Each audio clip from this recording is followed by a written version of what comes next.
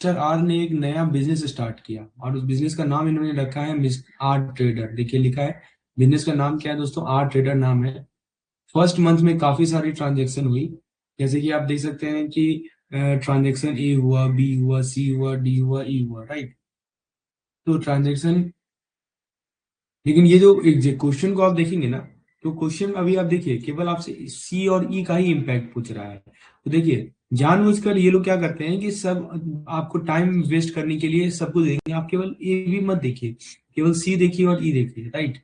चलिए तो देखते हैं दोस्तों, पूरा केस स्टडी पढ़ना जरूरी है लेकिन आंसर हमेशा स्पेसिफिक ट्रांजेक्शन का होता है। पहले सी को देखते हैं। सी में इन्होंने क्या किया है कि इन्होंने स्टॉक इन ट्रेड खरीदा है $10,000 का from a supplier on credit, ठीक है। और ई में क्या किया है, इन्होंने गुड्स बेचा है $4,000 का, 6,000 यहाँ पे ट्रांजेक्शन ई में देखिए क्या कर रहा है कि गुड्स कॉस्टिंग $4,000 को इन्होंने $6,000 में बेचा, मतलब कॉस्ट था इनका, जो गुड्स इन्होंने बेचा उसका दाम था $4,000 लेकिन इन्होंने बेचा $6,000 में, ठीक।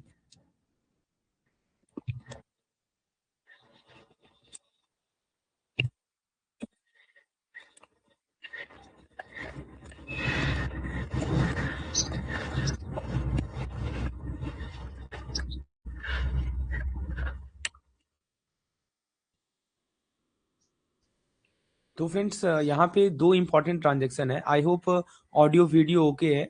यदि ओके हो तो जस्ट ओके वर्ड टाइप कर देंगे चैट बॉक्स में। If it is okay just type okay in the chat box.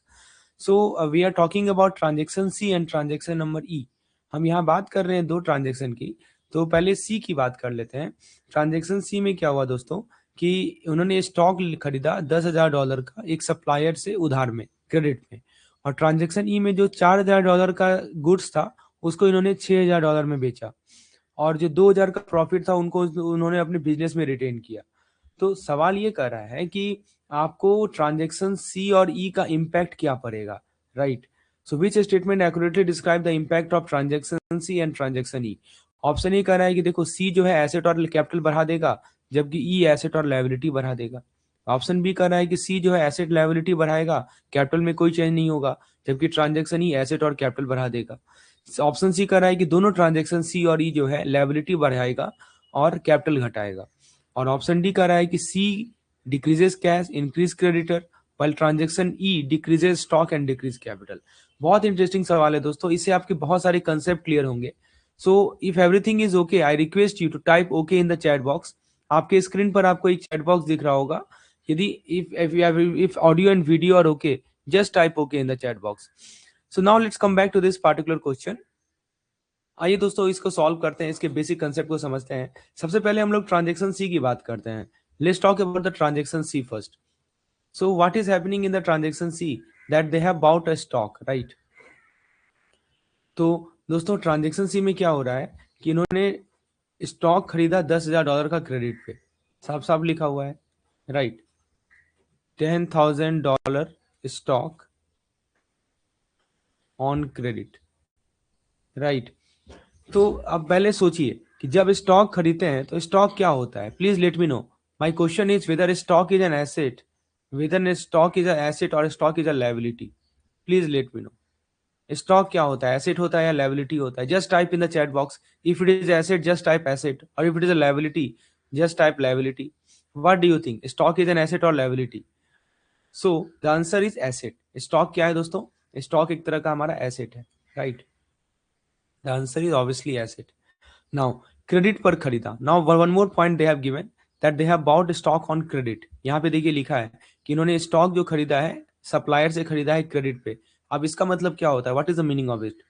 Credit पे खरीदा मतलब पैसा दिया या पैसा बाकी है। He has bought on credit, what does it mean? पैसा इसने दिया है या पैसा बाकी है? Has he given the amount और the amount is due? Please type in the chat box. क्या लगता है दोस्तों? सिंपल सी बात है दोस्तों, इसका सही जवाब है पैसा बाकी है। क्रेडिट का मतलब यही होता है। अब सवाल ये है कि ये जो ट्रांजेक्शन है इसका इफेक्ट क्या होगा। तो ध्यान से सुनिए। स्टॉक आया, राइट। स्टॉक आया मतलब ये हुआ, स्टॉक का आना मतलब ये हुआ कि हमारा एसेट जो है वो बढ़ रहा है, ठीक है। सप्लायर को पैसा, सप्लायर का पैसा बाकी है, राइट। सप्लायर का जो पैसा है वो बाकी है। इसका मतलब क्या हुआ कि जो लायबिलिटी है, राइट, वो भी बढ़ रहा है। तो इसका मतलब क्रेडिटर इंक्रीजेस, क्रेडिटर बढ़ रहा है तो लायबिलिटी बढ़ रहा है। लेकिन एक इंपॉर्टेंट सवाल है, यहाँ पे कोई प्रॉफिट हुआ क्या? देखिए स्टॉक आया तो हमारा एसेट बढ़ा, since stock we get stock our asset increase, and since we have got the stock on credit so liability also increase, because creditor increase so liability increase.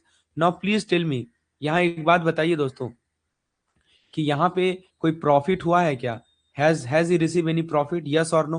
Please let me know, क्या यहाँ पे कोई profit हुआ है? देखिए मैं फिर से आपको क्वेश्चन पे ले आता हूँ।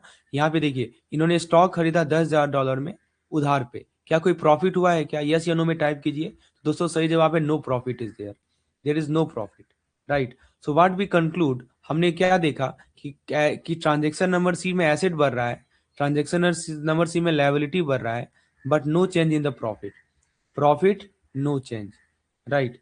तो दोस्तों याद रखिएगा, क्रेडिट परचेज में एसेट बढ़ता है, लायबिलिटी बढ़ती है, कैपिटल का कोई फर्क नहीं पड़ता, कैपिटल में कोई चेंज नहीं होता है, no change in the capital, capital remain unchanged, ठीक है। अब जरा ट्रांजेक्शन ई पे आ जाइए। Now let's come to the transaction number E, let's look at what happen in the transaction number E. Transaction number E में इन्होंने goods को प्रॉफिट में बेचा, $4,000 में खरीदा, $6,000 में बेचा, कुल मिलाकर इनको 2,000 का प्रॉफिट हुआ, ठीक है। तो दोस्तों ये क्या साफ दिख रहा है, प्रॉफिट हुआ, कितने का प्रॉफिट हुआ? तो $2,000 का प्रॉफिट हुआ। अच्छा, अब देखिए दोस्तों यहाँ पे दो चीजें हो रही हैं, इनके पास जो है कैश आया और स्टॉक गया, देख रहे हैं ना, जब ये गुड्स बेचेंगे तो स्टॉक जाएगा और बदले में क्या आएगा, कैश आएगा। हम बात कर रहे हैं ट्रांजेक्शन ई की, yes we are talking about the transaction number E, right. तो इनके पास if you look at the transaction number E what happen, let me just write it down here. So from transaction E point of view, what we observe is that cash is coming, cash inward, कितना cash आया? तो $6,000 cash आया। तो वो कुल मिलाकर cash एक तरह का हमारा रियल एसेट होता है, so asset is increasing. What happen to stock, stock is also a real asset and stock outward, stock is moving outward, means stock हमारे से चला गया, कितना का स्टॉक गया? 4,000 का स्टॉक गया, मतलब कि ये भी एसेट को बढ़ा घटाएगा। देखिए चाहे कैश हो चाहे स्टॉक हो, both are the asset, right. Whether it is cash और whether it is stock, both are the asset. And you know cash is increasing our asset by 6,000 and stock is decreasing by our asset by 4,000। तो बताइए दोस्तों net asset पे क्या effect पड़ा, what happened to the net asset, whether it increase और get decrease. दोस्तों साफ साफ देख सकते हैं कि नेट एसेट हमारा बढ़ा है, net asset has increase by 2,000, net asset जो है 2,000 से बढ़ गया है। प्रॉफिट पर क्या असर होगा? अब एक गोल्डन सा रूल याद रखिएगा, एक बहुत ही इंपॉर्टेंट रूल मैं बता रहा हूँ दोस्तों, प्लीज इसको नोट कर लीजिए।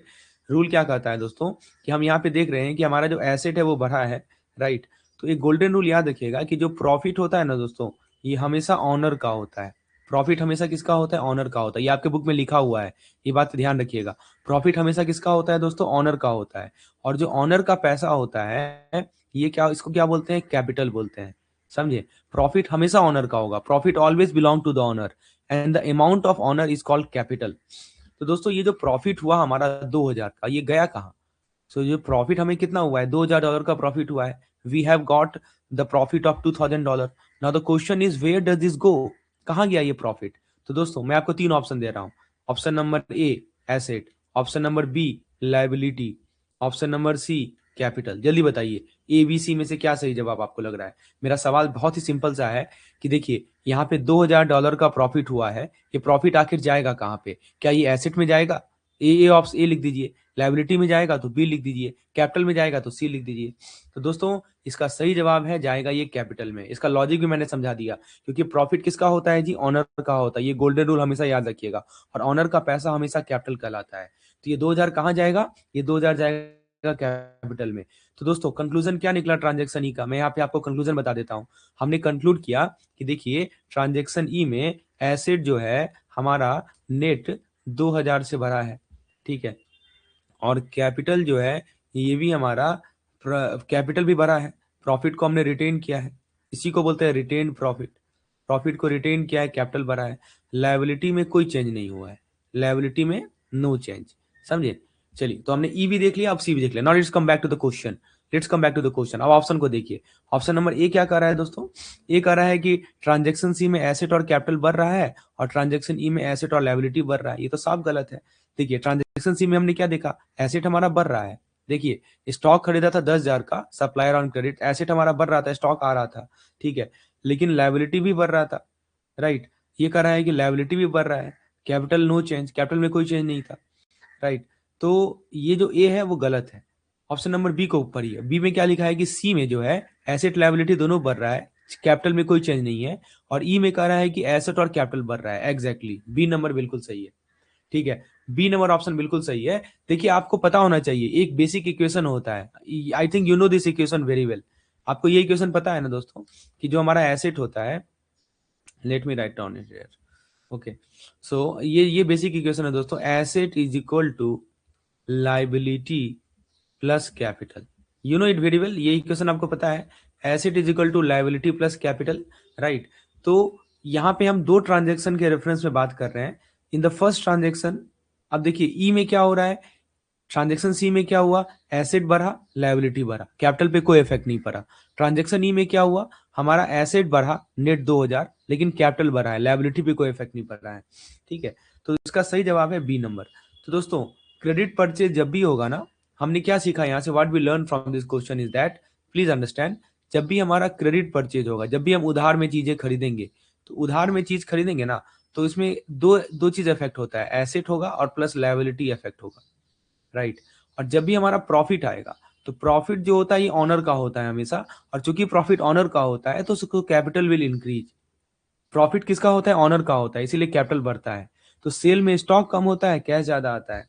बोलिए ये कंसेप्ट क्लियर है दोस्तों, कैसे हम लोग एनालिसिस करेंगे, कौन सा बेसिक बैलेंस शीट इक्वेशन होता है। Please let me know in the chat box if the concept is clear और नॉट।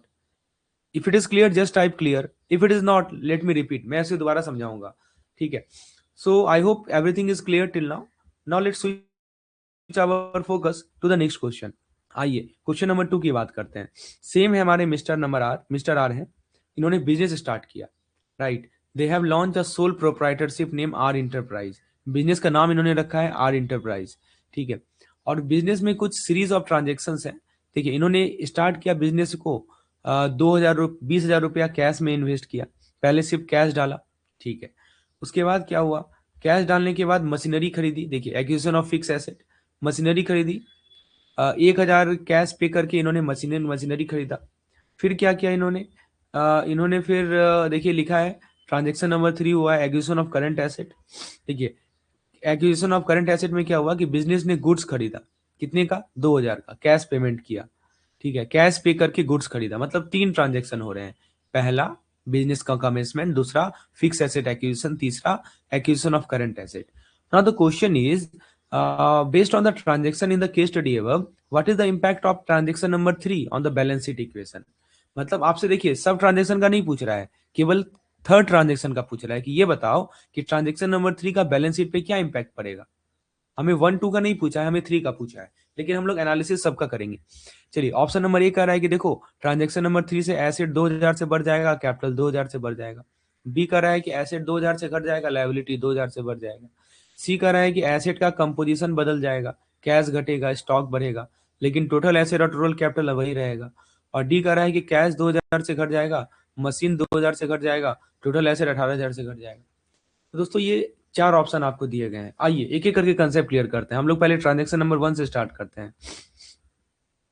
तो दोस्तों सबसे पहले एक समझिए, वर्ड में समझिए कि मिस्टर आर ने बिजनेस स्टार्ट किया, पहले सिर्फ कैश डाला, कितना का कैश डाला जी, पहले सिर्फ इन्होंने 20,000 का कैश डाला, ठीक है। अब आप ये बताइए कि ये जो 20,000 का कैश डाला है वो एसेट के फॉर्म में रहेगा या लायबिलिटी के फॉर्म में रहेगा या वो कैपिटल के फॉर्म में रहेगा। बहुत इंपॉर्टेंट कंसेप्ट मैं आपको समझाने वाला हूं दोस्तों, इसका इंटरप्रिटेशन आपको समझ में आना चाहिए कि बैलेंस शीट पे क्या इफेक्ट पड़ेगा।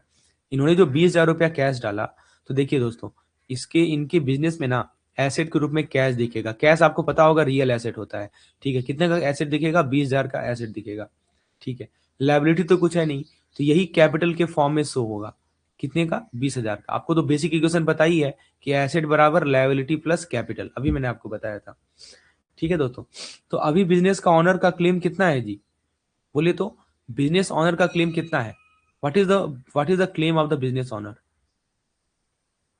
बिजनेस ऑनर का क्लेम कितना है। तो दोस्तों सही जवाब है बिजनेस ऑनर का क्लेम है 20,000 रुपया। ठीक है, ये तो ट्रांजेक्शन 1 की बात कर ली। अब जरा ट्रांजेक्शन नंबर 2 पे आ जाइए। ट्रांजेक्शन नंबर 2 में इन्होंने क्या किया? ट्रांजेक्शन नंबर 2 में इन्होंने मशीनरी ली खरीदा, ठीक है ना, मशीनरी खरीदा। मशीनरी कितने में खरीदा? 1,000 रुपये में खरीदा, ठीक है। अब बताइए इसका क्या इफेक्ट होगा, हम लोग एक एक करके डिस्कस कर रहे हैं। जब ट्रांजेक्शन नंबर 2 की बात कर ली जाए तो इन्होंने मशीनरी खरीदा 1,000 रुपये में, राइट। अब ये बताइए कि 1,000 रुपये में खरीदा, कैश पे क्या इफेक्ट पड़ा? कैश गया या कैश आया? बोलिए दोस्तों, कैश गया या कैश आया? यदि आपको लगता है कैश गया है तो फिर यस लिख दीजिए, और यदि लगता है कैश इनवर्ड आया है तो नो लिख दीजिए। क्या लगता है दोस्तों?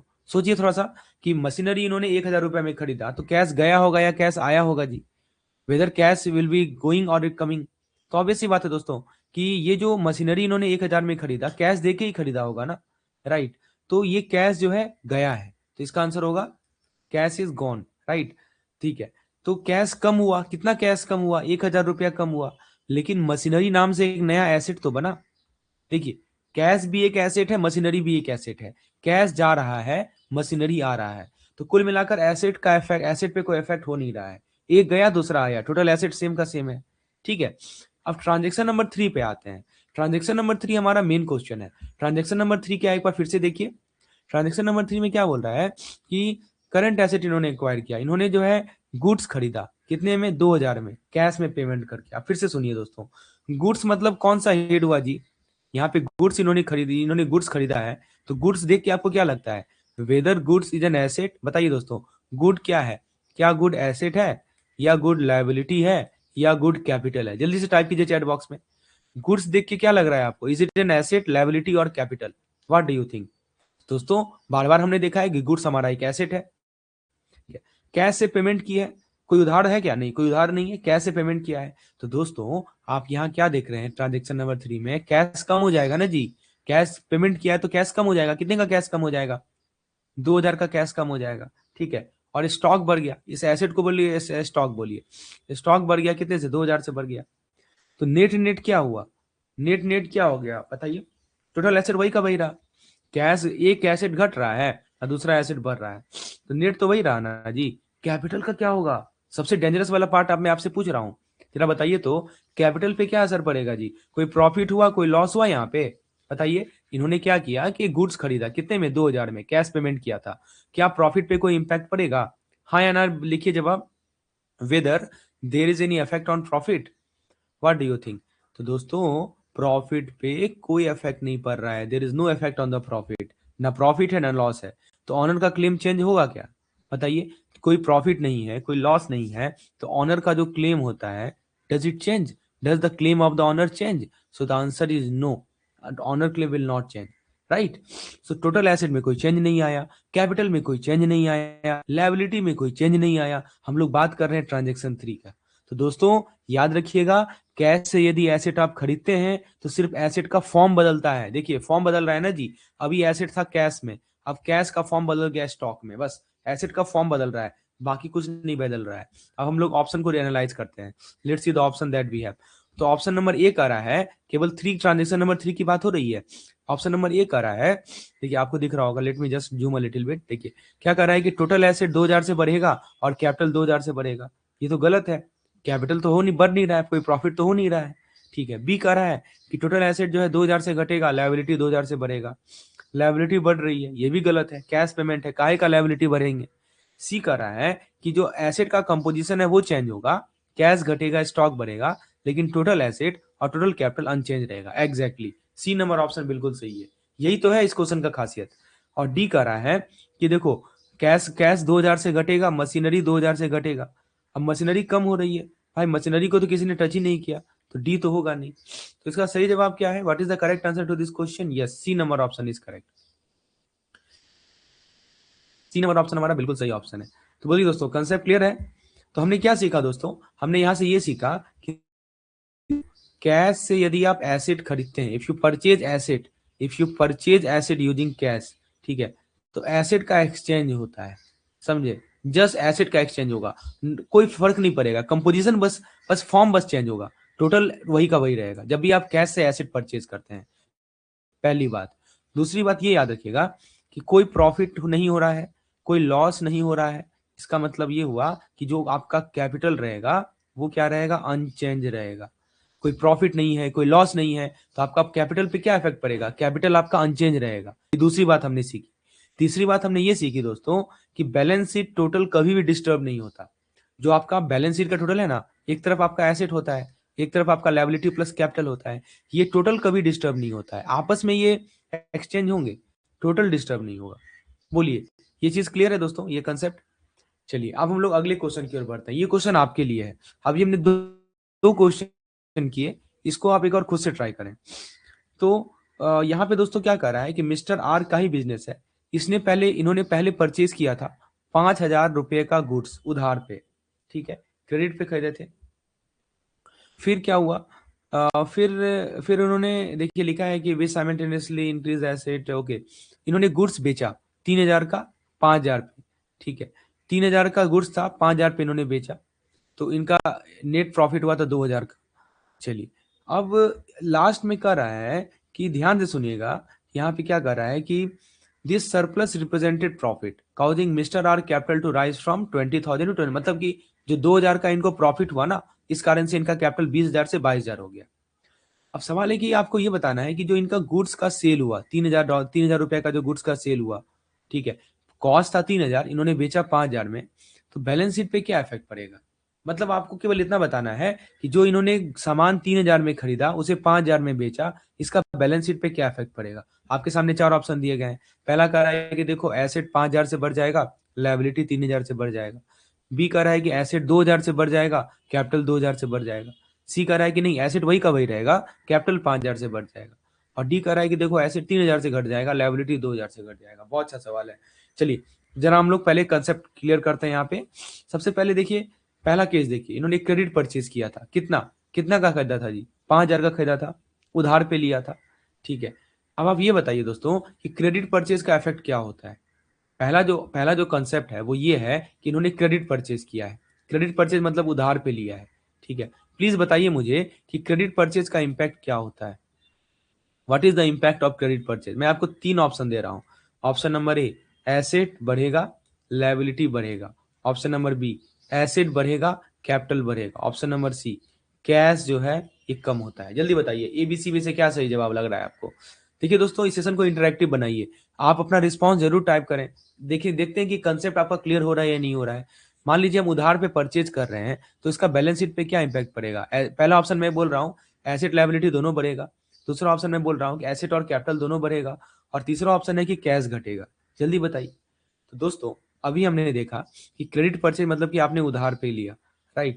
तो उधार उधार पे लेंगे तो ऑब्वियस सी बात है कुछ सामान आपके पास आएगा, आपका स्टॉक बढ़ेगा, स्टॉक बढ़ेगा तो मतलब एसेट आपका बढ़ेगा, ठीक। अब आप उधार पे लीजिएगा कोई चीज, ठीक है, तो लायबिलिटी भी तो बढ़ रहा है, क्रेडिटर भी तो बढ़ रहा है, ठीक है। क्रेडिटर क्या है दोस्तों, एक तरह का लायबिलिटी है, तो आपकी लायबिलिटी बढ़ रही है। कैपिटल पे कोई असर नहीं पड़ रहा है, ना प्रॉफिट हो रहा है ना लॉस हो रहा है, कैपिटल पे कोई फर्क नहीं पड़ रहा है। तो सही जवाब है इसका ऑप्शन नंबर ए, एसेट बढ़ रहा है लायबिलिटी बढ़ रहा है। तो अब देखिए हमारा जो यहाँ पे मेन फोकस है ये पॉइंट है दोस्तों कि इन्होंने जो सामान लिया था 3,000 में लिया और 5,000 में बेचा, राइट। हमारा मेन फोकस यहाँ पे ये है। भाई जरा वो वाला केस देखो देखते हैं, राइट। तो हमारा मेन फोकस ये है कि इन्होंने परचेज किया था, कॉस्ट था इनका 3,000 रुपया, ठीक है, कॉस्ट था 3,000 रुपया, और जो सेल किया है वो सेल किया है 5,000 रुपये। अब बोलिए प्रॉफिट है कि लॉस है, साफ साफ दिख रहा है कि प्रॉफिट है। कितने का प्रॉफिट है, तो 2,000 रुपये का प्रॉफिट है, ठीक है। अब बताइए दोस्तों कि क्रेडिट सेल में कैश नहीं आता लेकिन एक नया तो ऐसे तो आता है ना दोस्तों। ये बताइए, बहुत इंपॉर्टेंट सवाल है पूछ रहा हूँ, प्लीज जवाब दीजिएगा इसका। मेरा सवाल ये है दोस्तों कि जब आप क्रेडिट सेल करते हैं, क्रेडिट सेल समझते हैं ना, उधार में कोई चीज बेचते हैं, ठीक है। ये जो केस है ना उधार में बेचने वाला केस है, तो इसको यहाँ पे जो है क्रेडिट सेल हो रहा है। लेकिन मैं आपको क्वेश्चन एक बार दोबारा पढ़ के बस बताता हूँ। यहाँ पे अंतर बस इतना ही है कि क्रेडिट सेल है, उधार में बेचा है, पैसा इनको मिला नहीं है, ठीक है। देखिए लिखा है यहाँ पे कि living the capital and he sold good costing 3,000 on credit. ये देखिए ये वर्ड बहुत इंपॉर्टेंट है, इन्होंने जो बेचा है उधार में बेचा है दोस्तों, अभी इनको प्रॉफिट हुआ नहीं, समझे। जब भी कोई चीज आप उधार में बेचते हैं तो कौन सा एसेट क्रिएट होता है, मेरा ये सवाल है। यानी क्रेडिट सेल में कौन सा एसेट बनता है, which type of asset generate in credit sale. बताइए, मैं आपको 3 ऑप्शन दे रहा हूँ। Option number A cash, option number B stock, option number C debtor. जल्दी बताइए दोस्तों। मेरा सवाल बहुत सिंपल है कि जब भी आप उधार में कोई चीज बेचते हैं तो कौन सा नया तरह का एसेट क्रिएट होता है? कैश क्रिएट होता है, या हमारा स्टॉक क्रिएट होता है, या डेटर क्रिएट होता है? तो सही जवाब है दोस्तों, डेटर क्रिएट होगा। अब देखिए यहाँ पे हो क्या रहा है कि जब आप उधार में बेच रहे हैं 5,000 रुपए में उधार में बेच रहे हैं, राइट, तो आपका डेटर आ गया, तो आपका डेटर आ गया यहाँ पे, राइट। सो डेटर बढ़ रहा है, डेटर बढ़ रहा है। डेटर एक तरह का एसेट ही होता है, याद रखिएगा। तो एसेट बढ़ गया कितने से? 5,000 का आपका एसेट बढ़ गया, ठीक है। स्टॉक गया आपका, ऑब्वियस सी बात है, आप बेच रहे हैं ना, ठीक है, आपका जो स्टॉक है वो चला गया, तो स्टॉक गया, तो इस कारण से जो आपका एसेट है ये घट गया। कितने से एसेट घट गया? 3,000 का एसेट घट गया। तो नेट एसेट पे क्या इफेक्ट पड़ा? एक तरफ देखिए 5,000 बढ़ रहा है और एक तरफ 3,000 घट रहा है, तो नेट एसेट आपका क्या हुआ? 2,000 बढ़ा होगा, प्लस 2,000 होगा। अब ये बताइए कि प्रॉफिट बिजनेस का होता है या ऑनर का होता है? जी जल्दी बताइए, प्रॉफिट किसका होता है? Profit belong to the business और profit belong to the owner? बताइए। तो आपको मैंने बार बार बताया दोस्तों, इसी को एकदम याद रख लीजिए कि प्रॉफिट हमेशा होता है ऑनर का, ठीक है। तो ऑनर का पैसा ही कैपिटल कहलाता है, और प्रॉफिट किसका होता है? Profit always belong to the owner, ठीक है। तो यहाँ पे बताइए दोस्तों कि सेल की वजह से क्रेडिटर बढ़ा है क्या? इन्होंने जो सेल किया, क्रेडिट सेल किया, तो क्रेडिटर पे क्या फर्क पड़ा? सेल की वजह से कोई क्रेडिटर पे फर्क पड़ा है क्या? Is it has it affected the creditor? No, sale की वजह से क्रेडिटर पे कोई इफेक्ट नहीं पड़ा। तो दोस्तों हमने फाइनली क्या देखा कि जो हमारा डेटर है ये 5,000 बढ़ रहा है, 5,000 बढ़ रहा है। जो हमारा स्टॉक है ये 3,000 घट रहा है। तो जो नेट एसेट है हमारा, ठीक है, नेट एसेट है ये 2,000 बढ़ रहा है, राइट। तो ये जो नेट एसेट है वो कैसे रिफ्लेक्ट होगा? ये प्रॉफिट के फॉर्म में रिफ्लेक्ट होगा, जो कि कैपिटल होगा, और कैपिटल हमारा 2,000 बढ़ रहा है, लायबिलिटी पे कोई चेंज नहीं होगा, ठीक है। चलिए, तो अब जरा हम लोग ये समझ लिए इसका कैसे अकाउंटिंग, कैसे हम लोग बैलेंस शीट में शो करना है हमें। अब जरा हम वापस क्वेश्चन पे आते हैं और जरा ऑप्शन को एनालाइज करते हैं। Let's analyse the option. तो ऑप्शन नंबर ए कह रहा है कि एसेट 5,000 से बढ़ जाएगा, लायबिलिटी नहीं, लायबिलिटी पे तो कोई इफेक्ट पड़ेगा नहीं। फिर बी कह रहा है कि एसेट जो है 2,000 से बढ़ जाएगा, हाँ सही है, और कैपिटल 2,000 से बढ़ जाएगा, बिल्कुल सही बात है, यही तो हो रहा है यहाँ पे। जब भी क्रेडिट सेल की बात होती है, मतलब आप उधार पे बेच रहे हैं, तो आपका डेटर 2,000 से बढ़ रहा है, और वही डेटर जो है वही प्रॉफिट के फॉर्म में रिफ्लेक्ट हो रहा है, और प्रॉफिट हमेशा ऑनर का होता है। तो आपका कैपिटल जो है प्रॉफिट 2,000 से बढ़ रहा है। सी कह रहा है कि एसेट वही का वही रहेगा, कैपिटल 5,000 से बढ़ जाएगा, नहीं, डी भी गलत है। सही जवाब है इसका option number B. Option number B is the correct answer. चलिए आगे बढ़ते हैं, let's see the next question that we है। तो दोस्तों हमने क्या सीखा यहाँ से कि देखिए जब भी आप उधार पे बेचेंगे ना चीज को, ठीक, हमने उधार पे खरीदा एक क्वेश्चन किया, उधार पे बेचा तो एक क्वेश्चन किया। जब भी उधार पे आप बेचते हैं तो वहां पे डेटर बनता है, ठीक है, और जहां भी प्रॉफिट आपको होगा वहां पे कैपिटल बनता है, समझे। और डेटर जो होता है वो एक तरह का एसेट होता है। तो सेल का लायबिलिटी से कोई भी रिलेशन नहीं है। चलिए आगे बढ़ते हैं अगले सवाल की ओर। बहुत अच्छा सवाल है दोस्तों, प्लीज इसको ट्राई कीजिएगा, मजा आएगा इसको सॉल्व करने में। देखिए, क्या अभी तक हमने देखा है प्रॉफिट का इफेक्ट, अब देखेंगे कि एक्सपेंस का क्या इफेक्ट होता है, ठीक है। तो प्रॉफिट जो है ऑनर को खुश करता है, लेकिन एक्सपेंस ऑनर को थोड़ा सा दुखी करता है, तो वही चीज आपको क्लियर हो जाएगा। देखिए, पिछले ट्रांजैक्शन में हमने देखा था कि मिस्टर आर ने 2,000 रुपया का प्रॉफिट कमाया था। ये प्रॉफिट कहाँ गया था? ये प्रॉफिट गया था रिजर्व एंड सरप्लस में, राइट। ये जो 2,000 का प्रॉफिट है ये गया था कैपिटल में, ठीक है, प्रॉफिट हमेशा कैपिटल में जाता है। अब यहाँ पे देखिए इन्होंने 500 रुपया रेंट पे किया, 500 रुपया सैलरी पे पेमेंट की, ठीक है, और टोटल 1,000 का हुआ। तो और इसको कैश में इन्होंने पेमेंट किया, ठीक है। अब क्या हुआ कि अब यहाँ पे क्या लिखा है कि since this payment not acquired, okay, हाँ, तो जो रिजर्व एंड सरप्लस था वो घट गया। अब क्या हुआ दोस्तों कि what is the specific impact of paying 1,000 in cash for rent and salary on the balance sheet equation? मतलब सिंपल सी बात है, 500 रुपए का इन्होंने रेंट पे किया, 500 रुपए का इन्होंने सैलरी पे किया, इसका इम्पैक्ट क्या होगा? पिछले केस में हमने देखा था कि 2,000 का इन्होंने सरप्लस जनरेट किया था, उसमें से इन्होंने 1,000 रुपया का खर्चा किया, तो उसका बैलेंस शीट इक्वेशन पे क्या इफेक्ट होगा? ऑप्शन ए कह रहा है कि एसेट घट जाएगा 1,000 से, लायबिलिटी बढ़ जाएगा 1,000 से। बी कह रहा है कि एसेट वही का वही रहेगा, कैपिटल घट जाएगा 1,000 से। सी कह रहा है कि नहीं, एसेट और कैपिटल दोनों घट जाएगा 1,000 से। और डी कह रहा है कि एसेट घट जाएगा 1,000 से और new asset prepaid expense create होगा। ठीक है दोस्तों, बाकी ये सब चीज ना, ये सब फालतू का चीज लिखा हुआ है, ऐसा कोई मतलब ही नहीं है, ये दिया देगा भी नहीं आपको। केवल इतना लिख देगा कि इन्होंने 1,000 रुपया खर्चा किया, 500 रेंट पे, 500 सैलरी पे, इसका इम्पैक्ट बता दो। आइए बेसिक कंसेप्ट क्लियर करते हैं, एकदम बेसिक लेवल से समझते हैं चीजों को, मजा आएगा समझने में। पहले दोस्तों ये बताइए कि पिछले केस में हमने जो देखा कि 2,000 रुपया का इनको प्रॉफिट हुआ था, ये प्रॉफिट कहाँ गया था? ये प्रॉफिट गया था हमारा रिजर्व एंड सरप्लस में। ये प्रॉफिट गया था हमारा रिजर्व एंड सरप्लस में। ठीक है, तो ये कैपिटल के फॉर्म में होता है, प्रॉफिट जाता भी है कैपिटल के फॉर्म में। ठीक है, ठीक है। अब दोस्तों हुआ क्या, इन्होंने रेंट 500 का पे किया, सैलरी 500 के का पे किया, तो जो टोटल एक्सपेंस है, टोटल एक्सपेंस है वो कितना है? 1,000 का है। और 1,000 का जो एक्सपेंस है वो कैश से पेमेंट किया गया। अच्छा ये बताइए, कैश आया है या कैश गया है? What happened to the cash? Cash आया है या कैश गया है? तो दोस्तों कैश कम हुआ है, कैश डिक्रीज हुआ है, कितने से? 1,000 रुपये का कैश कम हुआ है। ठीक है ना? तो पहले का जो कैश था वो था 17,000, अब कैश घट के हो गया 16,000। कोई नया एसेट आया क्या? बताइए। रेंट और सैलरी देने से कोई नया एसेट आया? ना मशीनरी आया, ना स्टॉक आया, ना कोई प्रीपेड एसेट आया, सिर्फ खर्चा खर्चा है। ठीक है, तो हम क्या देख रहे हैं कि कैश 1,000 से घट रहा है, कोई नया एसेट नहीं है। तो एसेट का क्या हुआ होगा? ठीक है, ऑब्वियस सी बात है, नेट एसेट यदि देखा जाए, नेट एसेट यदि देखा जाए तो घटेगा ही ना जी, क्योंकि कैश भी तो एक तरह का एसेट ही है ना। तो नेट एसेट घट रहा है। अब सबसे इंपॉर्टेंट क्वेश्चन, कैपिटल का क्या हुआ? What happened to the capital? हर एक से आपसे पूछना है, एसेट का कोई इफेक्ट होगा, ऐसे करके डिसाइड करना है। क्या कोई एसेट पे इफेक्ट हो रहा है? हाँ जी, हम तो देख रहे हैं कैश जा रहा है हमारा, कैश भी एक तरह का एसेट ही होता है, तो एसेट हमारा घट रहा है। कैपिटल पे क्या इफेक्ट हो रहा है? अब ये देखिए, एक्सपेंस का पैसा किसका होता है? जैसे प्रॉफिट का पैसा ऑनर का होता है, वैसे एक्सपेंस का पैसा किसका होगा? ऑनर का ही होगा। ठीक है, अच्छा एक्सपेंस से ऑनर का क्लेम बढ़ता है या घटता है? प्रॉफिट से क्लेम बढ़ता था एक्सपेंस से जो ऑनर का क्लेम है वो घटता है। ठीक है, तो दोस्तों प्रॉफिट कैपिटल बढ़ाता है, एक्सपेंस कैपिटल घटाता है। तो इस केस में क्या हुआ कि जो हमारा रिजर्व एंड सरप्लस में 2,000 रुपया था, उससे 1,000 यहाँ चला गया। समझे? तो रेंट और सैलरी कैश में दिए, तो यहाँ पे हमने ये देखा कि देखो कैपिटल हमारा घट रहा है। देखिए कैश घट रहा है, हमने एसेट भी देखा एसेट घट रहा है, कैपिटल हमारा घट रहा है। अब थोड़ा लायबिलिटी की बात कर लेते हैं, लायबिलिटी भी कोई इफेक्ट पड़ा है क्या? रेंट और सैलरी कैश में दिए गए हैं, तो कोई लायबिलिटी बनी है क्या? नहीं दोस्तों, ना क्रेडिटर बना है ना पेबल बचा है, तो नो, नो लायबिलिटी। तो फाइनल इफेक्ट क्या देख रहे हैं हम?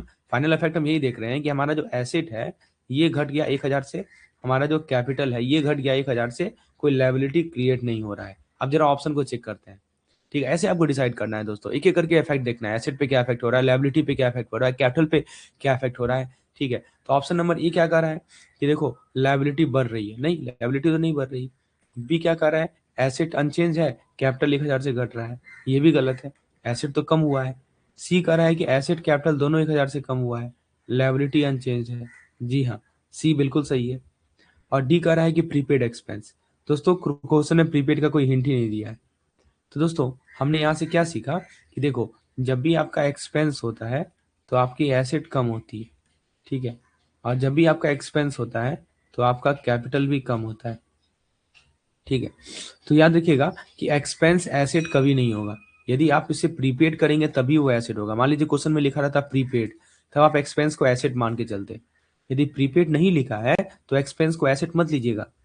ठीक है, एक्सपेंस इज नॉट एसेट जब तक प्रीपेड ना हो। ठीक है, तो यहाँ तक क्लियर है? तो I hope expense versus capital का कंसेप्ट क्लियर हो गया होगा। चलिए आगे बढ़ते हैं, अगले सवाल की ओर बढ़ते हैं।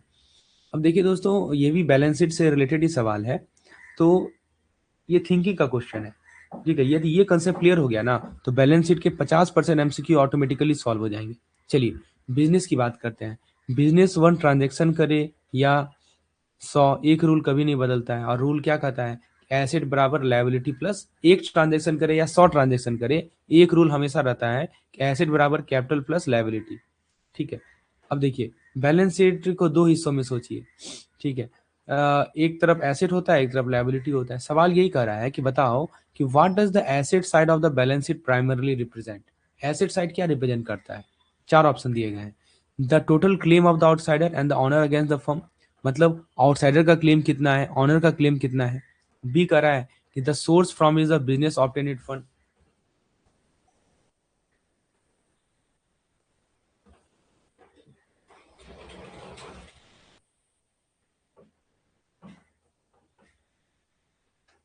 नहीं, ये यानी दोस्तों ऑप्शन बी है कि जिस सोर्स से बिजनेस फंड ऑब्टेन की है। सी कह रहा है कि कैसे जो बिजनेस ने जो फंड ऑब्टेन किया है उसको इन्वेस्ट किया गया है। और डी कह रहा है कि जो नेट प्रॉफिट या नेट लॉस जो जनरेट हुआ है। अब देखिए दोस्तों, ये बहुत अच्छा सवाल है, आपको पूरा एसेट का कंसेप्ट क्लियर हो जाएगा। ये बताइए दोस्तों, बैलेंस शीट को दो पार्ट में डिवाइड कर सकते हैं ना हम लोग, राइट। एक तो कौन कौन सा पार्ट है, दो पार्ट, ठीक है। देखिए आपको पता है, एक साइड होता है हमारा एसेट और एक साइड होता है हमारा लाइबिलिटी प्लस कैपिटल, ठीक है। तो आपको बताइए कि लेफ्ट साइड में क्या होता है जी, बताइए लेफ्ट साइड में क्या आपको दिखता है। तो लेफ्ट साइड में दिखिएगा आपको लायबिलिटी प्लस कैपिटल, एल से लेफ्ट, एल से लायबिलिटी प्लस कैपिटल। और राइट साइड में आपको दिखता है एसेट। जब भी आप बैलेंस शीट देखेंगे ये आपको दिखेगा। सोचिए कि बिजनेस एक बकेट है, बिजनेस को समझिए कि एक बकेट है, बकेट तो आप जानते ही होंगे, ये बकेट है, ठीक है। पैसा कहाँ से आएगा, तो पैसा आता है लेफ्ट साइड से। पैसा कहाँ से आता है, लेफ्ट साइड से आता है। और पैसा कहाँ लगाया, तो पैसा लगाते हैं हम लोग राइट साइड में, यानी कि एसेट में, ठीक है। ये बताइए, कैश हो गया, मशीनरी हो गया, स्टॉक हो गया, ये सब क्या दिखाते हैं, ये सब दिखाते हैं कि पैसा, बताइए तो। आपको मैं लिखता हूँ कैश, मैं लिखता हूँ मशीनरी, मैं लिखता हूँ स्टॉक, ये सब क्या दिखाते हैं दोस्तों, क्या ये दिखाते हैं कि पैसा कहाँ से आया या पैसा कहाँ यूज हुआ, बताइए क्या दिखाता है। तो दोस्तों ये दिखाता है कि पैसा कहाँ यूज हुआ, where you have use the amount, right. तो ये दिखाते हैं कि पैसा यूज को बताते हैं, चाहे वो कैश हो, मशीनरी हो या स्टॉक हो, ठीक है, पैसा कहाँ यूज हुआ। तो देखिए दोस्तों, सिंपल सा चीज है, मैं इसको मैं यहाँ पे लिख देता हूँ। हमने क्या सीखा यहाँ से, कि देखो कि जो हमारा एसेट साइड होता है, let me right it down, जो हमारा एसेट साइड होता है वो बताता है कि देखो बिजनेस ने जो फंड मिले उनको कहाँ इन्वेस्ट या यूटिलाइज किया। बिजनेस को जो भी फंड मिला है उसको उसने कहाँ पे यूटिलाइज किया है, जैसे कि उन्होंने कैश में, मशीनरी में, स्टॉक में, ठीक है। ये सब दिखाते हैं कि पैसा कहाँ यूज हुआ है, इसको बोलते हैं यूज ऑफ फंड। तो एसेट को हमेशा याद रखिएगा क्या बोला जाता है, यूज ऑफ फंड, ठीक है। अब आते हैं दूसरी तरफ। अब ये बताइए दोस्तों कि जो ऑनर का पैसा है, राइट, जो ऑनर का हमारा पैसा है और जो क्रेडिटर का पैसा है वो एसेट साइड पर आता है क्या। मेरा सिंपल सा सवाल है दोस्तों, ये बता दीजिए मुझे कि जैसे मान लीजिए कि हम बोलते हैं ऑनर का पैसा, ठीक है, ऑनर का पैसा या क्रेडिटर का पैसा, ठीक है, जिसने उधार लिया है, जिससे हमने उधार लिया है, तो इसको ये क्या एसेट साइड पे होगा, whether it has to be reflected on the asset side, the answer is no, asset side पे नहीं होगा। तो वो आता है लायबिलिटी प्लस कैपिटल साइड में, ठीक है। अब आ जाइए को वापस क्वेश्चन पे। मैंने आपको एसिड भी समझा दिया, लायबिलिटी प्लस कैपिटल भी समझा दिया। अब आप क्वेश्चन को तो तुरंत सॉल्व कर लीजिएगा। सवाल यही कह रहा है कि आपसे पूछा गया है यहाँ पे 18 नंबर स्लाइड में, let me show you the slide first. हाँ, ये देखिए सवाल ये कह रहा है कि जो एसेट साइड है वो क्या रिप्रेजेंट करता है, the total claim of the outsider and the owner against the firm, नहीं, ये तो लायबिलिटी साइड है। बी कह रहा है कि the source of the fund, देखिए दोस्तों, सोर्स ऑफ फंड हमेशा लायबिलिटी और कैपिटल होता है, एसेट हमेशा होता है यूज ऑफ फंड। तो इसको कभी भी आप सोर्स ऑफ फंड मत बोलिएगा, ये हमेशा होता है use of the fund. How the fund obtain by the business have been, yes, C number correct है, ठीक है, इसी बोलते हैं, बिल्कुल टेक्स्ट बुक लैंग्वेज है। और डी प्रॉफिट एंड लॉस, नहीं दोस्तों, प्रॉफिट कैपिटल का पार्ट होता है, एसेट साइड का डेफिनेशन नहीं है। सही जवाब है ऑप्शन नंबर सी, ठीक है। तो प्लीज याद रखिएगा कि देखो लायबिलिटी और कैपिटल जो होता है ये सोर्स होता है, ठीक है, और जो एसेट होता है वो यूज होता है, समझे। हर ट्रांजेक्शन का डुअल इफेक्ट होता है, इसी को बोलते हैं डुअल इफेक्ट ऑफ ट्रांजेक्शन, आपके बुक में यही दिया हुआ है, ठीक है। एसेट साइड क्या बताएगा, कोई पूछे तो सीधा बोलिएगा कि यूज ऑफ फंड बताता है। लायबिलिटी साइड क्या बताता है, सीधा बोलिएगा, आप बोलिएगा क्या कि लायबिलिटी साइड बताता है हमें आपका सोर्स ऑफ फंड। चलिए यहाँ तक क्लियर है सब कुछ, चलिए मजा आ रहा है दोस्तों, प्लीज वीडियो को लाइक कर दीजिए। और दोस्तों आप हमारे इस तरह से चीज़ों को समझना चाहते हैं लाइव सेशन के माध्यम से, daily MCQs, daily quizzes practice करना चाहते हैं, तो you can take part in our mentorship program. विशेष जानकारी के लिए मुझे व्हाट्सएप कर सकते हैं इस पार्टिकुलर नंबर पर। चलिए अगला सवाल बहुत इंटरेस्टिंग है, यहाँ बात हो रही है कुमार एंड एसोसिएट की। तो आइए देखते हैं क्या कर रहा है कुमार एंड एसोसिएट के बारे में।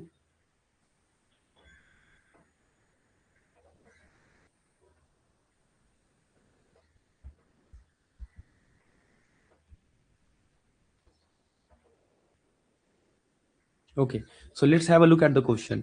Friends, trial balance boring boring लगता है आपको, अब नहीं लगेगा, ठीक है, आज के बाद एकदम क्लियर हो जाएगा। चलिए छोटी सी कहानी से देखते हैं। कहानी ऐसी है कि देखिए कुमार एंड एसोसिएट हैं और ये एक अकाउंटिंग फर्म है, एक जस्ट वेट अ मिनट, हाँ यहाँ देखिए, आई थिंक ज़्यादा हो गया, हाँ ठीक है। कुमार एंड एसोसिएट एक अकाउंटिंग फर्म है। पहले मैनुअल बुक कीपिंग यूज़ करते थे, और अब उन्होंने मॉडर्न अकाउंटिंग सॉफ्टवेयर पे शिफ्ट कर लिया है। ठीक है, मॉडर्न अकाउंटिंग सॉफ्टवेयर। अब उनके चीफ अकाउंटेंट है मिस्टर शर्मा।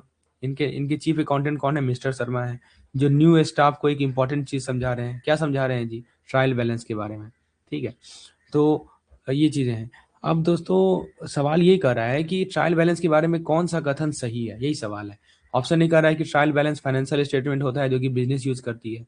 बी कह रहा है कि ट्रायल बैलेंस को आप एडजस्ट करो या अनएडजस्ट करो, ये फाइनेंशियल स्टेटमेंट नहीं होता। सी कह रहा है कि मॉडर्न सॉफ्टवेयर ने ट्रायल बैलेंस को कंप्लीटली यूजलेस बना दिया है। और डी कह रहा है कि ट्रायल बैलेंस को हम लोग ट्रेडिंग अकाउंट प्रिपेयर करने के लिए ही यूज करते हैं, बस और कुछ नहीं। अब आइए पहले हम लोग एक एक करके कंसेप्ट क्लियर करते हैं। पहले आप मुझे कुछ क्वेश्चन का जवाब दीजिए। पहले आप ये बताइए कि ट्रायल बैलेंस का क्या काम होता है। मैं 4 ऑप्शन दे रहा हूँ। सिर्फ एग्जाम के लिए होता है। Option number B, final account बनाने के लिए होता है, final account preparation. Option number C, GST के लिए होता है। हम बात कर रहे हैं ट्रायल बैलेंस की। और डी में दे रहा हूँ कि डायरेक्ट बैलेंस शीट यही होता है। ट्रायल बैलेंस ही बैलेंस शीट होता है। क्या लगता है दोस्तों? गलत होगा भी चलेगा, अब प्लीज जवाब दीजिए, ए बी सी या डी। तो देखिए, मिस्टर शर्मा क्या बोलते हैं, वापस आ जाइए क्वेश्चन में। मिस्टर शर्मा ये बोलते हैं दोस्तों कि आपका जो ये बोलते हैं कि हर अकाउंटिंग ईयर के एंड में सारे लेजर अकाउंट बैलेंस किए जाते हैं, उसके बाद एक ट्रायल बैलेंस प्रिपेयर होता है। ठीक है, देखिए क्या रहा है ना, मिस्टर शर्मा क्या बोल रहे हैं कि देखो जब हमारा साल खत्म होता है ना, ठीक है, तो अकाउंटिंग ईयर के एंड में, जब accounting at the end of every accounting year सारे लेजर अकाउंट को बैलेंस करके ट्रायल बैलेंस बनाया जाता है। और इस ट्रायल बैलेंस से हम बनाते हैं 3 चीज। From this trial balance we prepare trading account, profit and loss account and balance sheet. ठीक है, यहाँ तक क्लियर है। अब एक इंटरेस्टिंग पॉइंट है कि देखो ओल्ड मैनुअल सिस्टम में ना ट्रायल बैलेंस का मेन पर्पस था पोस्टिंग एरर या मैथमेटिकल एरर पकड़ना, मतलब कहीं भी कुछ एरर आ जाएगा तुरंत ट्रायल बैलेंस बता देगा। लेकिन आज का जो मॉडर्न सॉफ्टवेयर आ गया है, ठीक है, इसमें क्या हो रहा है, इसमें जो हमारा एडिशन है ये सब ऑटोमेटिकली एलिमिनेट हो जाता है, क्योंकि सब कुछ कंप्यूटर करके दे रहा है। एडिशन हो गया, पोस्टिंग हो गया, ठीक है, या टोटल्स हो गए, ये सब ऑटोमेटिक होता है कंप्यूटर के माध्यम से। तो एक सवाल है कि क्या ट्रायल बैलेंस अब यूजलेस हो गया है? आप बताइए ना। पहले तो हम लोग ट्रायल बैलेंस यूज करते थे एरर पकड़ने के लिए, आज तो ये सब ऑटोमेटिक हो गया, एडिशन, पोस्टिंग, टोटल। तो मेरा एक सवाल है कि क्या ट्रायल बैलेंस अब यूजलेस हो गया है? तो दोस्तों नहीं, ट्रायल बैलेंस यूजलेस नहीं है। तो अभी भी क्यों इंपॉर्टेंट है? तो मिस्टर शर्मा यहाँ पे एक बहुत इंपॉर्टेंट बात बोलते हैं कि ट्रायल बैलेंस आज के समय में भी अकाउंटेंट और ऑडिटर के लिए भी यूजफुल है। जो क्या देखने के लिए? क्योंकि दोस्तों जनरल लेजर बैलेंस देखने के लिए, ठीक है, who need to know the general ledger balance before and after check करने के लिए। ठीक है, 3 रूल, 3 इन्होंने इंपॉर्टेंस बताई ट्रायल बैलेंस का। क्या क्या बताइए एक बार मैं आपको शो कर देता हूँ। पहले इन्होंने ये बोला कि देखो आज के समय में भी ट्रायल बैलेंस बहुत इंपॉर्टेंट है, 3 काम करता है। पहला क्या? जनरल लेजर का आपको बैलेंस बता देगा। दूसरा क्या करेगा कि एडजस्टमेंट जो है, एडजस्टमेंट आपका जो बिफोर एडजस्टमेंट है या आपका जो आफ्टर एडजस्टमेंट है, ठीक है, ये चेक करके बता देगा। और तीसरा इन्होंने ये बोला कि फाइनल अकाउंट जो होते हैं इनके लिए करेक्ट बेस लेने के लिए, correct base for final account. एक छोटा सा सवाल, ऑडिटर को ट्रायल बैलेंस चाहिए होता है क्या? बताइए तो। कोई ऑडिटर है, does auditor need trial balance? Does an auditor, मान लीजिए कोई ऑडिटर है, क्या उसे ट्रायल बैलेंस चाहिए? दोस्तों यहाँ पे एग्जाम का डेंजर पॉइंट आता है कि मिस्टर शर्मा क्लियरली बोलते हैं कि देखो फाइनल एडजस्टेड बैलेंस से फाइनेंशियल स्टेटमेंट बनते हैं, लेकिन ट्रायल बैलेंस खुद क्या होता है? फाइनेंशियल स्टेटमेंट होता है क्या? नहीं, ट्रायल बैलेंस खुद फाइनेंशियल स्टेटमेंट नहीं होता है। ठीक है, तो अब ये हम लोग ऑप्शन पे आते हैं। अब हम लोग ऑप्शन पे आते हैं और देखते हैं ट्रायल बैलेंस के बारे में कौन सा कथन जो है सही है। ए कह रहा है कि trial balance is a financial statement. नहीं, मैंने पहले बोला कि ट्रायल बैलेंस अपने में फाइनेंशियल स्टेटमेंट नहीं होता। बी कह रहा है कि एडजस्टेड हो या अनएडजस्टेड हो ट्रायल बैलेंस फाइनेंशियल स्टेटमेंट नहीं होता है। यस, बी नंबर करेक्ट है। सी कह रहा है कि मॉडर्न सॉफ्टवेयर ने ट्रायल बैलेंस को यूजलेस बना दिया है। तो ये भी गलत है, यूजलेस तो नहीं हुआ है। और डी कह रहा है कि ट्रायल बैलेंस से हम केवल ट्रेडिंग अकाउंट ही प्रिपेयर कर सकते हैं। नहीं दोस्तों, केवल ट्रेडिंग अकाउंट नहीं, आप प्रॉफिट एंड लॉस अकाउंट भी प्रिपेयर कर सकते हैं, बैलेंस शीट भी बना सकते हैं। समझे? तो ऑप्शन नंबर बी करेक्ट है। तो कहने का मतलब ऐसे समझिए कि यदि मैं रिकॉल करूं तो देखिए, ट्रायल बैलेंस जो होता है ना, ये लेजर बैलेंस का एक लिस्ट होता है। लेजर बैलेंस का क्या है दोस्तों? एक तरह का लिस्ट है। कहाँ यूज होता है? इसका यूज होता है फाइनल अकाउंट के प्रिपरेशन में। फाइनल अकाउंट को प्रिपेयर करना है तो ट्रायल बैलेंस यूज कर लीजिए। तीसरी बात आपको ये बताई कि देखो ऑडिटर के लिए या अकाउंटेंट के लिए बहुत ही इंपॉर्टेंट है। लेकिन ट्रायल बैलेंस खुद फाइनेंशियल स्टेटमेंट नहीं होता। ट्रायल बैलेंस को कभी आप जो है फाइनेंशियल स्टेटमेंट मत मानिए, ठीक है। तो इसे आप प्रॉफिट एंड लॉस बना सकते हैं, अकाउंट ट्रेडिंग अकाउंट बना सकते हैं, बैलेंस शीट बना सकते हैं, लेकिन खुद ये ट्रायल बैलेंस नहीं होता। आइए अगले सवाल की ओर बढ़ते हैं। अगला सवाल बहुत इंटरेस्टिंग सवाल है दोस्तों, आइए समझते हैं। यहाँ पे कहा जा रहा है कि देखिए बहुत ही लॉजिकल सवाल है। देखिए एडजस्टिंग एंट्री से रिलेटेड सवाल है। तो एक real life type case study को डिस्कस करते हैं कि एक कंसल्टिंग फर्म है जिसका नाम इन्होंने दे रखा है, क्या कंसल्टिंग फर्म का नाम दे रखा है वर्टेक्स सॉल्यूशन, ठीक है। फाइनेंशियल ईयर एंड हो रहा है, 31 मार्च आ चुका है। अब कंपनी फॉलो करती है AS1 और IND AS1। ये दोनों स्टैंडर्ड बोलते हैं सिर्फ एक ही चीज, क्या बोलते हैं जी, accrual base of accounting use करो। अब आप जानते होंगे एक्रूअल बेस क्या होता है, ठीक है। तो अब देखिए अब अकाउंटेंट क्या करता है कि लेजर चेक करता है, ठीक है, और उसे दो बड़ी बड़ी गलतियां दिखती है। एक दिखता है क्या कि एक्रूड एक्सपेंस, ठीक है, the firm utilize office space throughout the March incurring a rent expense of 50,000। March पूरा ऑफिस यूज हुआ, रेंट निकला 50,000, ठीक है। और फिर एक्रूड इनकम भी लिखा है यहाँ पे। एक और गड़बड़ हो रही है कि कंसल्टिंग प्रोजेक्ट कंप्लीट हो गई है और वैल्यू है 80,000 की। क्लाइंट बिल भी हो चुका है। तो अब ये दोनों गलती इसको दिख रही है। इसको करेक्ट पिक्चर के लिए इसने क्या किया कि एडजस्टिंग एंट्री पास किया, ठीक है। सवाल ये कर रहा है कि according to AS1 and IND AS1 why are adjusting entry necessary. क्यों फाइनेंशियल स्टेटमेंट प्रिपेयर करने से पहले एडजस्टिंग एंट्री जरूरी होती है, और एडजस्टिंग एंट्री के स्ट्रक्चर क्या होती है। सम कुछ ऑप्शन दे रखे हैं। They are use to correct mathematical error in the ledger and usually involve to balance sheet account. B कह रहा है कि adjusting entry convert record to the cash basis of accounting and typically involve to profit and loss account. C कह रहा है adjusting entry ensure all the income all the expense of the period are recorded regardless of the cash flow, typically involving one balance sheet account and one profit and loss account. और D कह रहा है कि adjusting entry are optional entry used only when cash transaction are missing involving only cash and capital account. बहुत अच्छा सवाल है, बहुत मजा आने वाला है। चलिए सबसे पहले हम लोग एक एक करके समझते हैं कंडीशन क्या है। कि देखिए फाइनल ये जो हमारी वर्टेक्स सॉल्यूशन कंपनी है, ये IND AS1 यूज कर रही है। अब AS1 या बोले या IND AS1 बोले, दोनों एक ही चीज है। तो अब ये बताइए इसका सबसे मूल मंत्र है कि ये कौन सा कंसेप्ट यूज करता है। इसको बोलते हैं हम लोग accrual, accrual system of accounting. अब इसे समझते हैं कि एक्रूअल क्या होता है। मैं 4 ऑप्शन दे रहा हूँ, चलिए बताइए तो इसका मतलब क्या होता है। पहला मैं बोल रहा हूँ कि पैसा आया तब एंट्री। बी कहता है कि पैसा गया तब एंट्री। सी ऑप्शन कहता है कि इनकम आपका अर्न हो या एक्सपेंस इनकर हो, ठीक है, चाहे कैश आए या ना आए। और डी कह रहा है कि सिर्फ और सिर्फ कैश ट्रांजेक्शन ही होता है। बताइए what is the meaning of accrual system of accounting. मतलब पैसा आएगा तब एंट्री करेंगे। बी कह रहा है कि पैसा जाएगा तब एंट्री करेंगे। सी कह रहा है कि इनकम अर्न और एक्सपेंस इनकर हुई है चाहे कैश हो या ना हो। और डी कह रहा है कि कैश ट्रांजेक्शन को ही एक्रूअल बोलते हैं। तो दोस्तों सही जवाब है, आपको मैं बता दूं कि एक्रूअल सिस्टम का मतलब होता है इनकम अर्न और एक्सपेंस इनकर्ड, ठीक है, ये ध्यान रखना है। तो एक्रूअल बेसिस का मतलब हुआ है कि काम हुआ तो एंट्री होगी, एक्सपेंस इनकर हुआ तो भी एंट्री होगी, कैश आया या नहीं आया वो बात की बात है।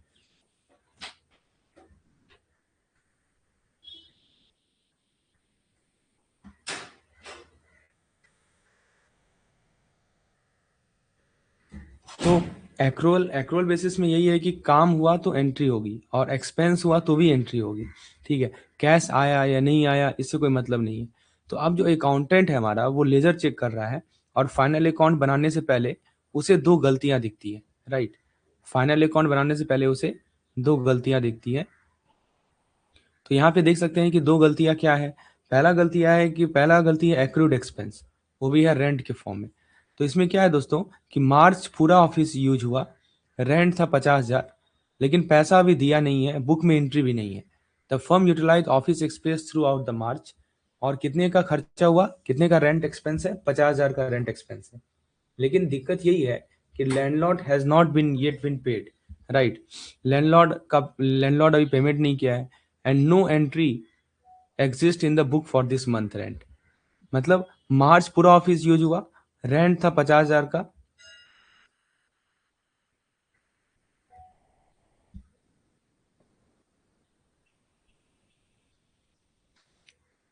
लेकिन पैसा अभी दिया नहीं, बुक में एंट्री भी नहीं है। तो ये बताइए दोस्तों कि रेंट खर्चा हुआ या नहीं, बताइए, हाँ या ना जवाब दीजिए कि रेंट खर्चा हुआ या नहीं हुआ।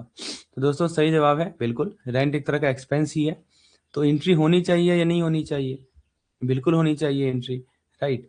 तो अब करेक्ट एंट्री क्या होगी, क्योंकि यहाँ पे देखिए रेंट तो इनका है 50,000 का, लेकिन अभी तक लैंडलॉर्ड को पेमेंट नहीं मिला है और ना ही कोई एंट्री भी है। तो सवाल ये है कि इसका एंट्री कैसे करें, सही तो करना ना पड़ेगा, क्योंकि गलती हमें दिख गई, सही करना पड़ेगा। तो सुनिए, अब इसको इसीलिए एडजस्टिंग एंट्री का काम आता है।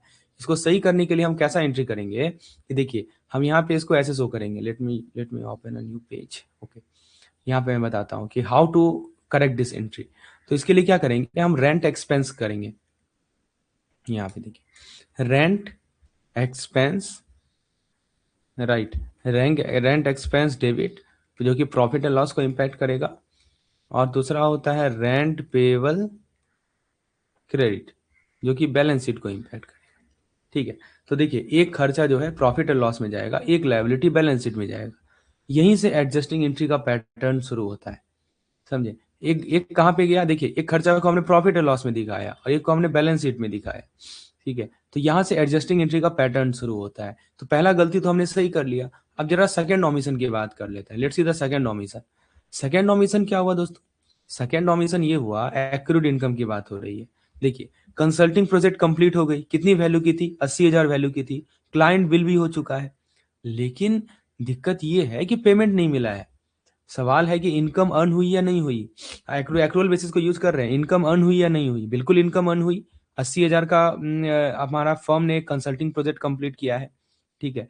तो इनकम बुक में आनी चाहिए, आनी चाहिए थी, इनकम तो बुक में शो करो ना, कि हाँ भले कैश अभी तक पेमेंट नहीं हुआ है, लेकिन एक्रूअल बेसिस तो यही बोलता है पेमेंट आपको बाद में मिले, कोई दिक्कत नहीं है। लेकिन जैसे आपका एक्सपेंस इनकर हो, जैसे आपका इनकम आपको मिले, तो उसको नोट कर लो अपने बुक में। तो इसका भी एंट्री करना पड़ेगा। अब इसका एंट्री कैसे होगा, तो देखिए, यहाँ पे इसका एंट्री करने के लिए जो हमें इनकम है, इसका करेक्ट इनकम का जो करेक्ट एडजस्टिंग एंट्री होगा वो कुछ इस प्रकार का होगा। मैं यहाँ पे बताता हूँ कि देखिए, अकाउंट रिसीवेबल जो है, अकाउंट रिसीवेबल अकाउंट जो है, ये हम बैलेंस शीट में शो हो जाएगा, इसको डेबिट कर देंगे। अकाउंट रिसेबल अकाउंट को हम डेबिट कर देंगे। आप बोलेंगे क्यों डेबिट किया अकाउंट रिसेबल अकाउंट को, देखिए, ये अकाउंट रिसेबल अकाउंट हमें शो कर रहा है कि हमने सर्विस तो अभी दी है, लेकिन पैसा आना भी बाकी है। ठीक है, ये हमारे लिए एक एसेट का काम कर रहा है, इसलिए हमने इसे डेबिट किया। और इसको कहाँ शो करेंगे, बैलेंस शीट में शो करेंगे। और जो कंसल्टिंग रिवेन्यू है, समझे, कंसल्टिंग रिवेन्यू है, इसको हम लोग क्या करेंगे, क्रेडिट करेंगे, और ये प्रॉफिट एंड लॉस में क्रेडिट होगा, समझे। तो देखिए, एक पैटर्न दिख रहा है ना, एक बैलेंस शीट अकाउंट है और एक प्रॉफिट एंड लॉस अकाउंट है। अब एग्जाम का एक्चुअल क्वेश्चन सुनिए केयरफुली। क्वेश्चन ये कर रहा है कि AS1 और IND AS1 के अकॉर्डिंग एडजस्टिंग एंट्री क्यों जरूरी है और उसका स्ट्रक्चर क्या होता है। ठीक है, यही सवाल है ना, कि IND AS और AS1 के अकॉर्डिंग एडजस्टिंग एंट्री करना क्यों आवश्यक है। तो ऑप्शन ए कह रहा है कि देखो, सिर्फ कैलकुलेशन एरर के लिए है, दो बैलेंस शीट अकाउंट होंगे। बी कह रहा है कि देखो, कैश बेसिस में कन्वर्ट करने के लिए है, दो प्रॉफिट एंड लॉस अकाउंट होंगे। सी कह रहा है कि पीरियड के जितनी भी सारी इनकम है, जितनी भी एक्सपेंस है, उसको रिकॉर्ड करने के लिए है, एक बैलेंस शीट और एक प्रॉफिट एंड लॉस अकाउंट होगा। और डी है कि ऑप्शनल एंट्री है, सिर्फ कैश और कैपिटल। तो दोस्तों, एक ही बात कर लें, मैथमेटिकल एरर के लिए होता है क्या, नहीं। मैथमेटिकल एरर के लिए तो ट्रायल बैलेंस का काम होता है, एडजस्टिंग एंट्री नहीं होती, ये तो नहीं होगा। बी की बात कर लें, कैश बेसिस में कन्वर्ट करने के लिए, ये तो उल्टा लिखा है। आपको पता है दोस्तों कि ये जो एडजस्टिंग एंट्री होती है, ये किस लिए होती है, ये एक्रूअल अकाउंटिंग के लिए होती है। कैश में तो कोई मतलब ही नहीं है, कैश में तो बोलता है कि जब आएगा तभी लिखो, पहले मत लिखो, समझ रहे हैं। कैश बेसिस ऑफ अकाउंटिंग यदि यूज होता तो वो तो बोलता है कि जब आपको कैश एक्चुअली मिल गया तभी उसको नोट करो। ठीक है। तो बी हमारा जो है ये नहीं होगा, ये नहीं, ऑप्शन नंबर कैश बेसिस में कन्वर्ट करने के लिए ये भी नहीं होगा। और सी हमारा सही है यहाँ पे।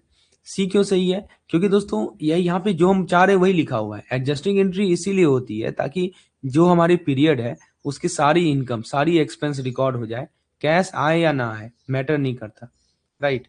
तो जो हमारी कंसर्न पीरियड है, इसके सारे इनकम और एक्सपेंस को रिकॉर्ड करने के लिए, to record all expense and income in a period. और स्ट्रक्चर हमेशा ऐसा होता है कि एक बैलेंस शीट अकाउंट इफेक्ट होगा और एक profit and loss account effect होगा। ठीक है। तो जैसे आपने देखा कि रेंट पेबल और रेंट एक्सपेंस, ठीक है, और डेटर और कंसल्टिंग इनकम। तो दोस्तों हमने ये देखा कि ऑप्शन नंबर सी जो है बिल्कुल सही है, right. What about option D? Option D क्या कर रहा है कि दे आर ऑप्शनल, बिल्कुल गलत। आईएनडीएस और आईएनडीएस ऑप्शनल नहीं, ये मैंडेटरी होते हैं, ठीक है। तो दोस्तों हमने क्या सीखा यहाँ से कि देखो एडजस्टिंग एंट्री की बात जब भी होगी ना, वो एक्रूअल बेसिस फॉलो करने के लिए होती है, और जो पीरियड है उसकी इनकम और एक्सपेंस रिकॉर्ड करने के लिए होती है। तो इसका स्ट्रक्चर भी याद रखिएगा, एक बैलेंस शीट का अकाउंट इफेक्ट होगा, एक profit and loss account effect होगा। जैसे आप यहाँ पे देखिए, इंटरेस्ट पेबल है, प्रीपेड इंश्योरेंस है, बैलेंस शीट वाला इफेक्ट होगा।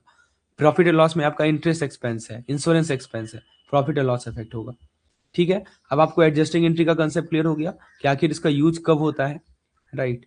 चलिए आगे अगले सवाल की ओर बढ़ते हैं। अगला सवाल है शर्मा ट्रेडिंग कंपनी से रिलेटेड। ये लास्ट क्वेश्चन है टुडेज, आज के डिस्कशन का। Let's discuss this particular question. पहले इसे डिस्कस करते हैं। एबीसी मैन्युफैक्चरिंग लिमिटेड, ये बहुत इंटरेस्टिंग सवाल है। तो देखिए दोस्तों, बेसिकली यहाँ पे इंटरेस्ट आउटस्टैंडिंग का मीनिंग क्या होता है ना, वो क्लियर हो जाएगा। देखिए छोटी सी कहानी देखते हैं। एक कंपनी है जिसका नाम दिया रखा है एबीसी मैन्युफैक्चरिंग लिमिटेड। उसने बैंक से लोन लिया। कितना का लिया जी? 5 लाख का लोन लिया। कब लिया था? 1 मार्च 2022 को लिया था। ब्याज दर क्या है? 12% पर एनम है, ठीक है। और कंपनी का जो अकाउंटिंग ईयर है वो समाप्त होता है 31 मार्च 2022 को। अब देखिए इसके बाद क्या हुआ कि हाँ, यहाँ पे दोस्तों लिखा है कि जो अकाउंटेंट है मिस्टर जोशी, राइट, उन्होंने नोटिस किया कि loan was costing the company interest expense every day from 1 March to 31 March. No payment was made to the bank yet and actual payment would occur only on 1 June, ठीक है। तो लेकिन company के profit को सही record करने के लिए, ठीक है, the profit and loss account for year ended March must include the interest expense of this much till 31 मार्च। सवाल ये कर रहा है कि मिस्टर जोशी ने एक एडजस्टिंग एंट्री क्यों पास की 31 मार्च 2022 को, जबकि एक्चुअल पेमेंट जो है 1 जून को किया इन्होंने। तो ये कर रहा है ऑप्शन कि देखो बैंक लोन अमाउंट को बैलेंस शीट में घटाने के लिए, बी कर रहा है कि जो इंटरेस्ट एक्सपेंस है उसको प्रॉफिट एंड लॉस में इंक्लूड करने के लिए, सी कर रहा है कि कैश पेमेंट को रिकॉर्ड करने के लिए जो बैंक को किया गया, और डी कर रहा है कि कंपनी का प्रॉफिट बढ़ाने के लिए। बहुत अच्छा सवाल है दोस्तों, आइए समझते हैं। तो यहाँ पे देखते हैं दोस्तों कैसे इसको टैकल किया जाए, एक एक कंसेप्ट को क्लियर करते हैं। तो यहाँ पे देखिए दोस्तों, कंपनी का नाम है एबीसी मैन्युफैक्चरिंग, और अमाउंट का लोन जो लिया है 5 लाख का लिया है। डेट है 1 मार्च 2022 को, 1 मार्च 2022 को लिया। ब्याज दर है 12%।